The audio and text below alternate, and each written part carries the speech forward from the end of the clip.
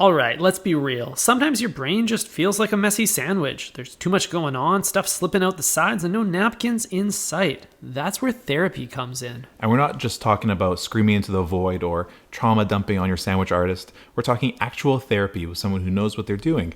And lucky for you, BetterHelp, our paid partner for this episode, makes it easy to get started. No waiting rooms, no weird therapy office smells, just a quick questionnaire and boom. You're matched with a credentialed therapist in a couple days. And if it's not a vibe, switch it up faster than you can switch up your sandwich sauce. So if your brain feels like a chaotic group chat, do yourself a favor, go to betterhelp.com/thinkfresh or hit the link in the description for 10% off your first month. Your future self will thank you.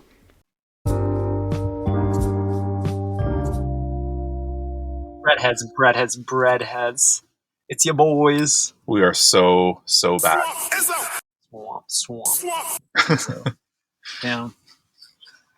Eric and I have a new recording spot. We no longer loiter outside of the subway in our neighborhood. Mhm. We have found an excellent location nearby. That's right. It's kind of a weird and I don't know, cozy vibe right now because we're in the car still, but we are sitting with a beautiful view of the BC mountains, looking right at Mount Seymour, I think. Yeah. Is that Mount Seymour? Or Mount Seymour's over there. Oh, yeah. This one could be what, Ty? Grouse, maybe? Oh, Grouse, that's the one. I think it's Grouse. What's important is we have a great view despite the context because we are in the parking lot of a storage locker company. Eric described this as the ideal place to get some sloppy top earlier. I mean, if you think about it, it's like very, very hidden from the main road. There's no traffic in front of you or behind you. There's only one car ever parked here at a time, and it's just us. Us and and I don't think we're in. Us. Some lady is waving at us. We're not doing anything but sitting here and recording. So I am not inclined to roll down the window. No, I wonder if she's going to try to talk to us and tell us to leave. This is probably a private parking lot for storage locker customers. Maybe I'm just contemplating if I should be a customer here, and I need to think about it in my car. We're thinking about what we would store here. Do you have anything to store, Eric? No, I got some skeletons I gotta hide. I like to delete as much belongings as possible every time I move, or every time spring rolls around, I'm getting rid of shit. You know what I mean? It feels really good. Yeah. And spring has sprung, so the cleaning must be begun. That's right. What about you, Ty? Are you holding on to past, belongings that you don't need anymore? I still, aspirationally, I still practice the minimalist lifestyle perpetuated by Serial magazine. However, Wait, what? In practice, I tend to accumulate. Kind of like how I've accumulated over 400 episodes of this silly little podcast. Yeah, you could say we've accumulated these episodes. And call us some hoarders, Yeah. But this year will be different. I will part ways with many an object in my home. It'll free the mind, it'll free the palate, it'll free the appetite for new beginnings. I love that. And us recording in this spot is a bit of like a new beginning. I mean, sitting beside Subway is like an endless. It's like we're spawn camping, I feel like we're spawn camping. You can kind of just sit there and get endless inspiration just fed to you the whole time, the whole episode. But now we're kind of isolating ourselves a little bit. Our minds can wander. I'm no longer, scared someone's going to ding my car. Yeah. Some homeless person's going to throw a cheeseburger at my windshield. I get to look at the beautiful mountains, so can't complain, Ty. I feel like when we are outside Subway, I have to lock in. I can lock out now. I can just let the mind wander. This is a bit more of a mellow episode, perhaps, because we're at peace here. We could just vibe out.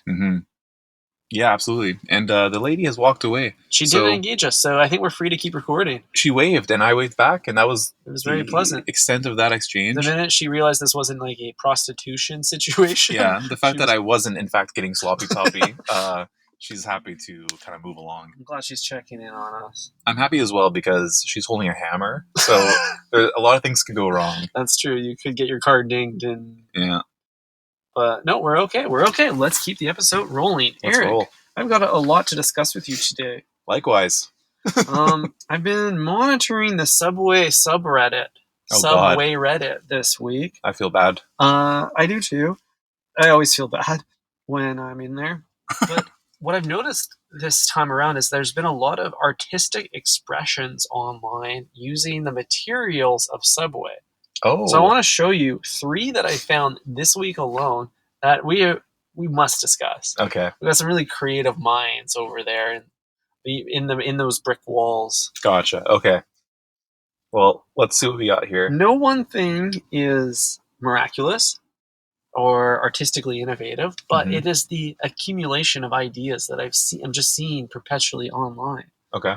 Here's the first one. Someone ate a Subway, looked into the wrapper that had the Subway, and they saw all the sauce smudges on the wrapper, Oh. and they realized that it was it's like a Rorschach, kind of looks like 2 couples dancing. Mm-hmm. So they felt inspired to take a photo of that and share it online. That's lovely. Do you see the 2 couples dancing in this saucy piece of garbage? Yeah, I can see either 2 couples dancing or 4 couples doing like a missionary style gangbang. I see that too. There's a bit of an orgy potentially happening here. Yeah. I've never really thought to think about the art. I think about my sandwich artist creating the art that's the sandwich. Mm-hmm. But what if the sandwich itself creates art? There's a derivative there, I love which that. is the slop.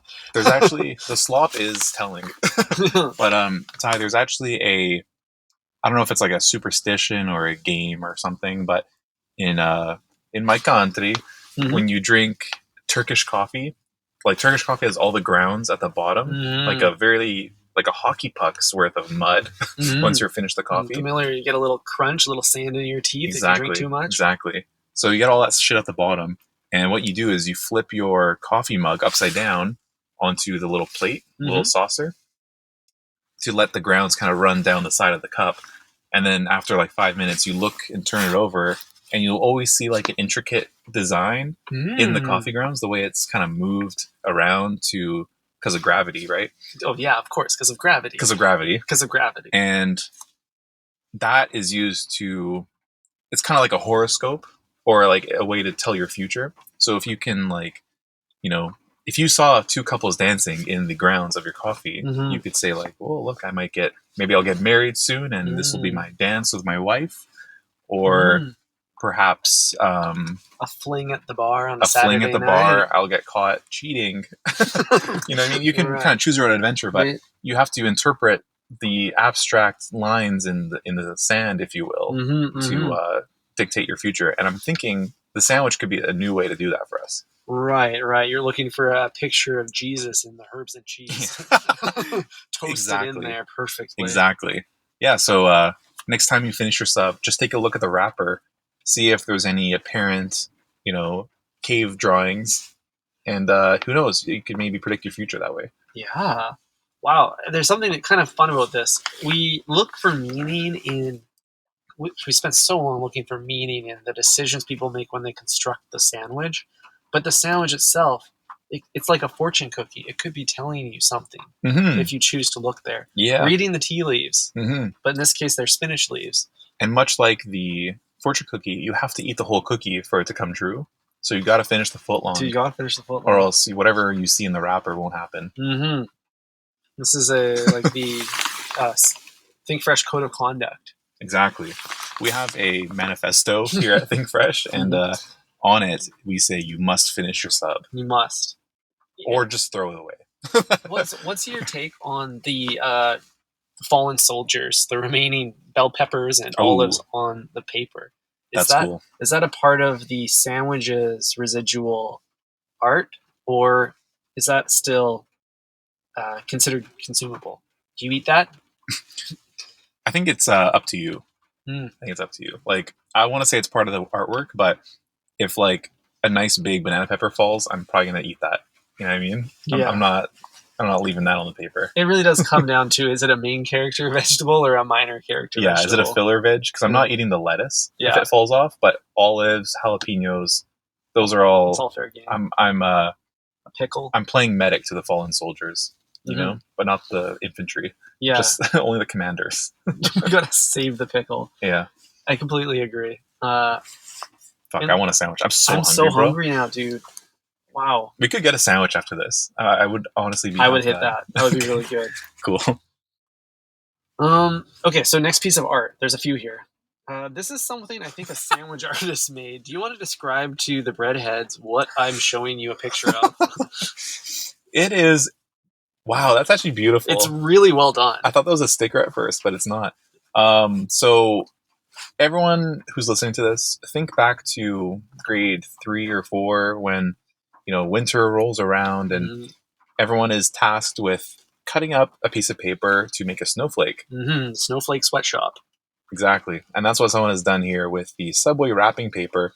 But it looks like they've curated a piece of paper with the Subway S in the middle and nothing else, which I don't know if I've seen before. Yeah. But yeah, it's just a snowflake with the iconic Subway S in the middle. Yeah, they did your arts and crafts of childhood, but they somehow perfectly centered the S in the middle of it. It actually is very, like, tasteful. Yeah. You know, this is like pretty good snowflake. Yeah, honestly, very impressed. If I saw this falling from the sky, I would be concerned. But yeah, really, really nice. And it looks like it's taken from the back of a Subway restaurant because it's on a stainless steel table. Yeah, we can assume that this is an artist's work, clearly. Clearly, Yeah. that person is an artist. That is an artist right there. Maybe the nicest art I've ever seen come out of a Subway. And it looks like this thread is labeled shenanigans. So I'm curious if you were to click on that, if there was a possibility to view other Shenanigans-related topic. Yeah. I'll have to dig into that after we get through this. That could be a segment for a future episode. I think so. What's happening in the shenanigans label of the Subway subreddit? Surely no good. You don't really want to know. No, you don't. Oh, wow. Yeah, this is quite something. Clearly that this was not done during rush hour. This takes time and probably a few tries to get right. Definitely, dude. Definitely happen outside the lunch rush. Okay, last one for you. And I want you to know all 3 of these were posted in the last 3 days, or 5 days. Here's something I think a sandwich artist made. Can you describe to the breadheads what I am showing you in this picture? Oh, God. It's tagged shenanigans. There's clearly some shenanigans happening here as well. We are on the Subway line now, the cutting board, the long way. The long way. A few kind of scraggly little strands of lettuce are strewn about, and there's a cookie that is cut into like a V shape. And then the subreddit or the thread is called Groot. I don't know what any of these things mean. So clearly they've arranged Subway vegetables directly on the counter to kind of make the silhouette of a like stick man. Yes. But just lettuce, actually. Just a lettuce. I need to look up what Groot is. With a cookie as a head. Okay, so Groot is a character appearing in American comic books published by Marvel.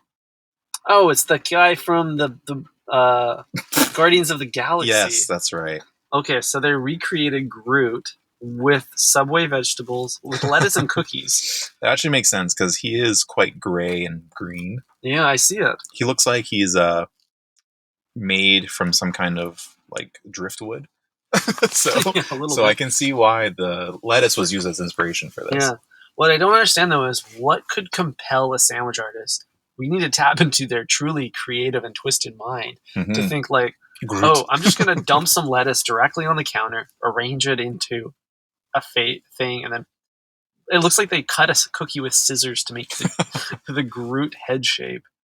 That's crazy. Yeah, this is so absurd. This is a real artist. Like, this is a different take. Like, we have like artists who care about their craft, like our Snowflaker. We have artists that look for kind of let the universe choose the art. This is a Frankenstein of a creation. This is someone trying to break new ground. Yeah, the first one, Ty, if you go back to the beginning, that is kind of like an abstract expressionist painting. Yeah. So we go to the second one. What would you call this one? I would say like more cubist. Cubist, yeah. It's like kind of like Picasso style. Yeah, there's something kind of like, if it wasn't so ornamental, it's even like getting into like more of a Renaissance era too, where there's an effort to really get the details right. Yeah, geometric Yeah. laws are applied here. Yeah, maybe like whatever the Renaissance was happening in the Middle East. Mm-hmm. There's a clear horizon too. Yeah.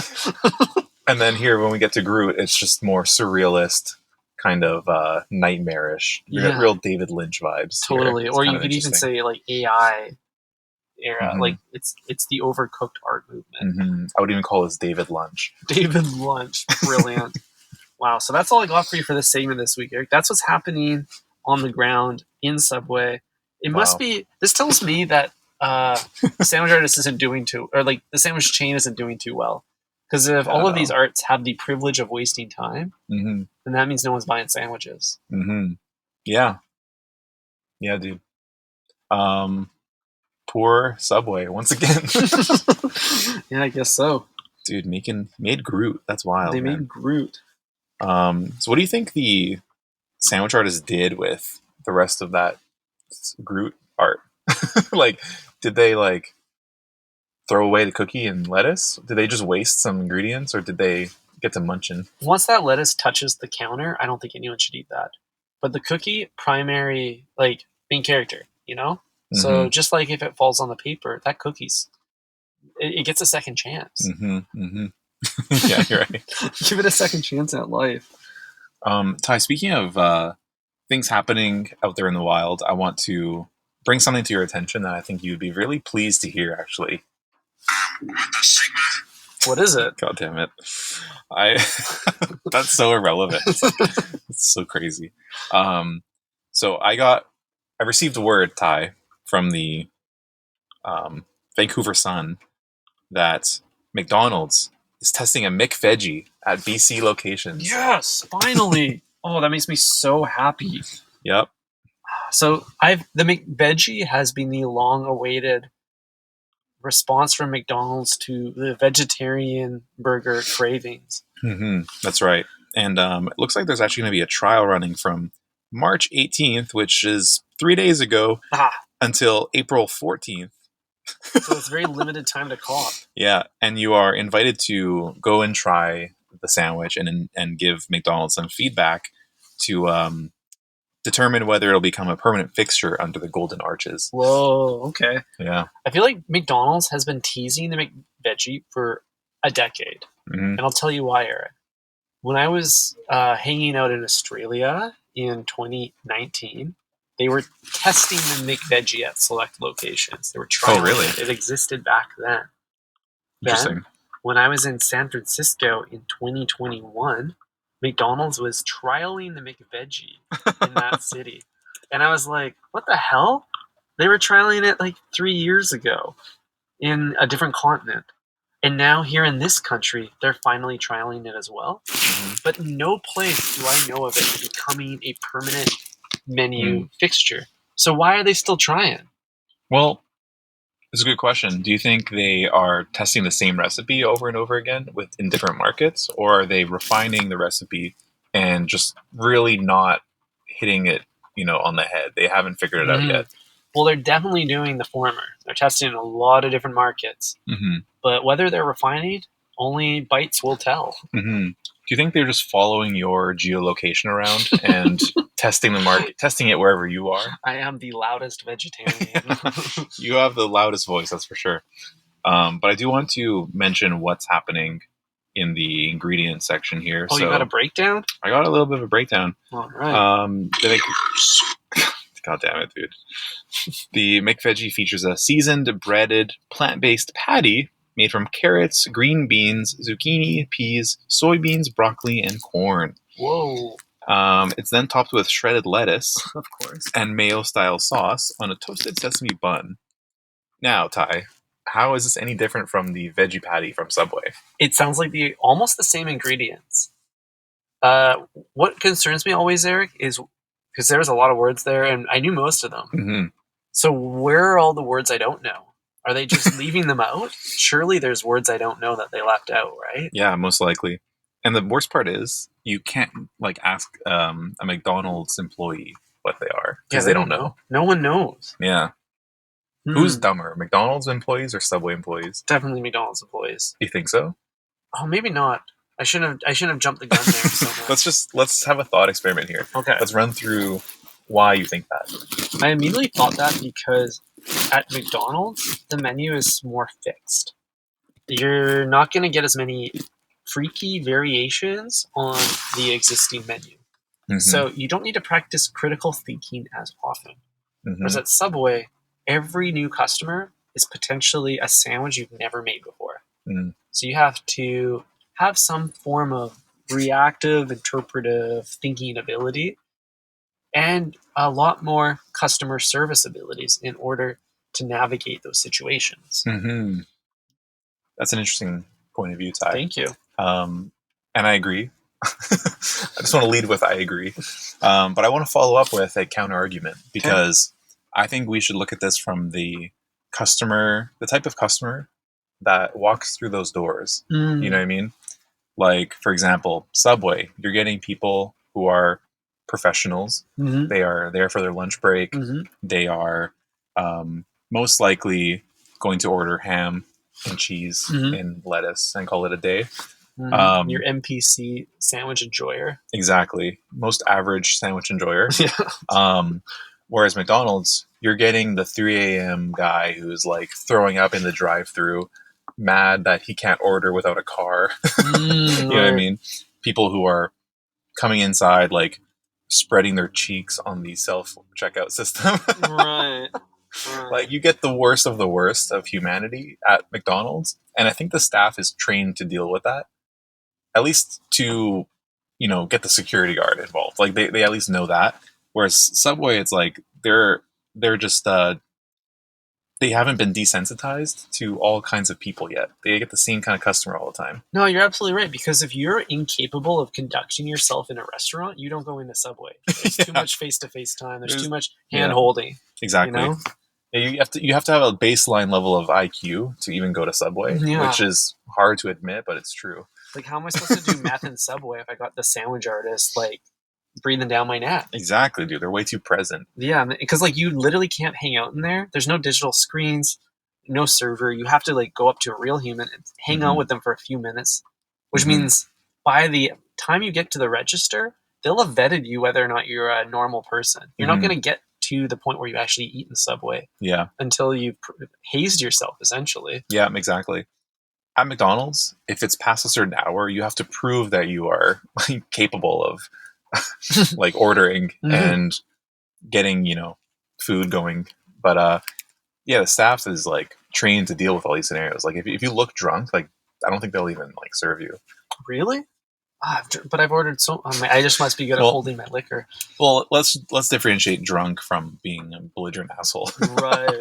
Like if you cross a line, they gotta step in. Whereas I don't know if Subway is like trained to deal with that. Dude, I've definitely been like in a 2 a.m. McDonald's lineup, and then like the person ordering in front of me just started vomiting, and I just turned around and left. That happens at McDonald's. Happens on the nightly, I'm sure. Yeah, it's kind of like people who do like the worst jobs that nobody wants to do. Like they get paid more and they deserve more respect. You'd think. I mean, I personally respect McDonald's employees more than Subway employees. No, That's for you're damn right. sure. I think you posed a very strong counter argument here that the resilience and the tactfulness of the McDonald's employee when faced with adversity is probably so much stronger than the sandwich artist. Right. The sandwich artist crumples if I ask for extra banana pepper. They look at me like they're gonna cry. It doesn't make any sense. It doesn't. It reminds me of when I went to McDonald's one time on Pender Street, the infamous Pender McDonald's. Worst one. Pender and Abbott? Pender and Abbott, yeah. Dude, I've had many late nights in that McDonald's. Yeah, I watched the whole Vice documentary about some guy who used to sell meth out of there. Wow. That one's got, I feel like they're like supplying a blacklight company. Yeah. Just by how many bulbs are in the bathrooms. Yeah, dude. I don't know if the bathroom's actually accessible anymore. They probably just melted the door shut. Probably should. Yeah, there's probably a body in there too. Yeah. They just destroy the toilet. But some guy was in there. I was ordering some food. Some dude walked in screaming at the cashier for some napkins. And he's like, he was saying that he like shit himself and he needed napkins. Oh no. And we're all just kind of standing there watching him. And then the security guard immediately springs to action. and tries to usher him out, and then he gets clocked by the guy. He just gets punched in the face by the dude who's asking for napkins, and then they're like straight up wrestling, and then he gets kicked out eventually. That would be quite the show. Yeah.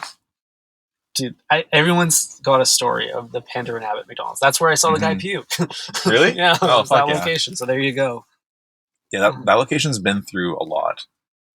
Same with the main and terminal location, but that one is like they kind of have a system. Like they don't do food for here anymore. It's all takeout.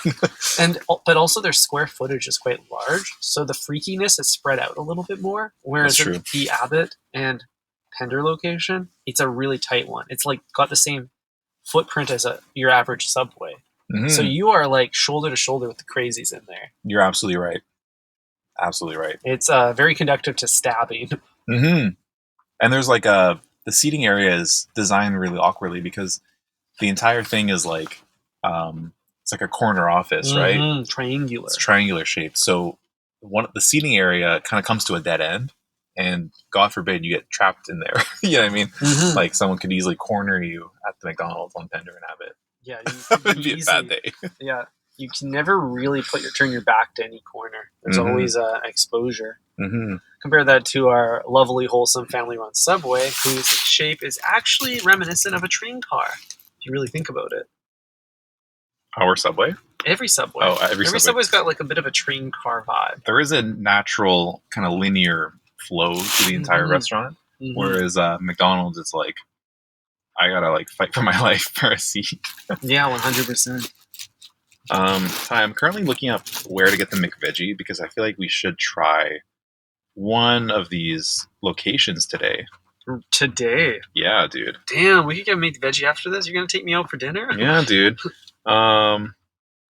Let's see here. Okay, it looks like everything online is telling us don't eat it because as Canadian podcasters, we can't be supporting an American industry. I think we should still try it. Wow, everyone's just saying fuck McDonald's. We're boycotting them. Dude, get the fuck out of here, dude.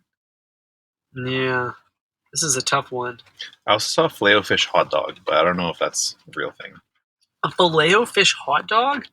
That's absurd. But it is weird that they don't turn fish into hot dogs. It's always the land animals become the hot dog. Mm-hmm. But there's totally a market for the fish dog. Because if you think about it, the hot dog is made up of a bunch of different mystery meats. But there's a bunch of different mystery fish and like fish byproducts. Name one fish, am I right? Exactly. Like that's why we got the seafood medley. It's the same thing. Just like squish it into a hot dog form and put it in a bun.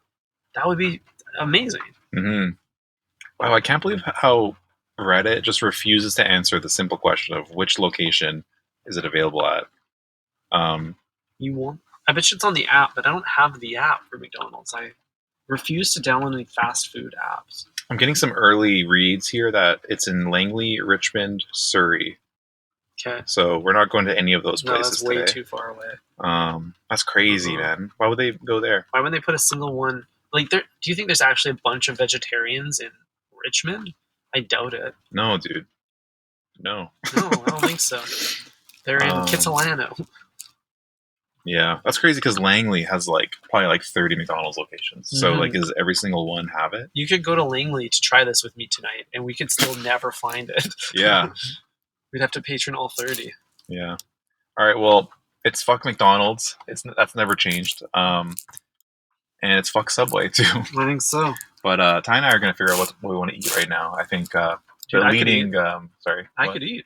I could eat too. The leading options I think are Subway 6-inch. Yeah. Because it's almost dinner time. Or pizza and natural wine. That's or hard to compete with. I know, dude. If we go to Subway, we should bring a pocket beer. Or we go to an Irish pub. I'm gonna have some liver and onions and a Guinness. Ty's gonna have some cheese balls. No, that's okay. Damn, you had the perfect one queued up, and I really just stomped on it. I'll hit it again. Damn. Dude, this soundboard game is so fun. Eric and I are so soundboard pilled now. That's right. We have some oldies on our system here. But Yeah. What do you think the top option is? I think we should decide on Mike. I think we should just probably go to Subway. It's right next door. I'm hungry. It'll get us some new content for our Tuesday's episode. Stay tuned, breadheads. Mm-hmm. But then we can't drink. You're right. Let's go get a pizza. Okay. Well, we're gonna sit here for another 45 minutes and think about it. Yeah, but you don't have to play along with that, breadheads. Yeah. Anyways, thanks for listening. We will chat soon. DJ Swamp Izzo, play us out. Sounds good. Bye.